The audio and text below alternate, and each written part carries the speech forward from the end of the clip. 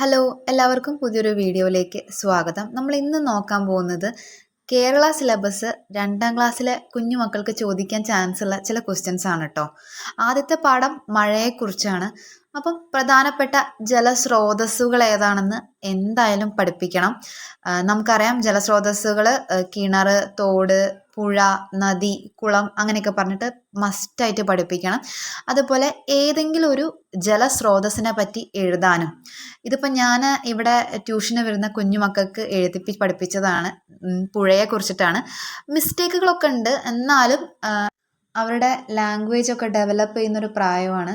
അപ്പോൾ പിള്ളേരെ കൊണ്ട് എഴുതി പഠിപ്പിക്കേണ്ട ഒരു കാര്യമാണിത്. പിന്നെ മഴച്ചൊല്ലുകൾ, മഴയുടെ പറ്റിയുള്ള കടങ്കഥകൾ, അതേപോലെ ഈ മഴയെക്കുറിച്ചുള്ള പദസൂര്യൻ, മഴയായിട്ട് ബന്ധപ്പെട്ട വാക്കുകൾ ഏതാണെന്നൊക്കെ അടുത്ത ചോദിക്കാൻ ചാൻസ് ഉള്ള ഒരു ഭാഗമാണ് ഈ പോസ്റ്റർ മേക്കിംഗ് എന്ന് പറയുന്നത്.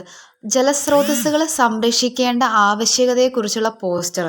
മറ്റൊന്ന് ചോദിക്കാൻ ചാൻസ് ഉള്ള ഒന്നാണ് ഈ മഴയ്ക്ക് മുൻപും ശേഷവും എന്തൊക്കെ കാര്യങ്ങളാണ് നമ്മുടെ പ്രകൃതിയിൽ കാണുന്നതെന്ന്. കാറ്റാഞ്ഞു വീശി, മരങ്ങൾ ആടി ഉലഞ്ഞു എന്നൊക്കെ പറഞ്ഞിട്ട് നമ്മൾ പാഠഭാഗത്തിൽ തന്നെയുണ്ട്. അപ്പോൾ പോസ്റ്റർ, മഴച്ചൊല്ലുകൾ, ജലസ്രോതസ്സുകൾ ഏതാണെന്ന് ഏതെങ്കിലും ഒരു ജലസ്രോതസ്സിനെ കുറിച്ച് എഴുതാൻ വരും. പിന്നെ മഴയെ പറ്റിയുള്ള പദസൂര്യൻ, ഒരു മഴ അനുഭവം, നമ്മൾ ഡയറിയൊക്കെ എഴുതുന്ന പോലെ ഒരു മഴയെക്കുറിച്ചുള്ള ഒരു അനുഭവം, മഴയ്ക്ക് മുമ്പും ശേഷവും, പിന്നെ മഴയെക്കുറിച്ചുള്ള ഒരു പരീക്ഷണം ടെക്സ്റ്റ് ബുക്കിലുണ്ടല്ലോ.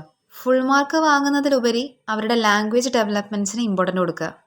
എഡ്യൂക്കേറ്റഡ് റിലേറ്റഡ് വീഡിയോസിനായി do like, share and subscribe.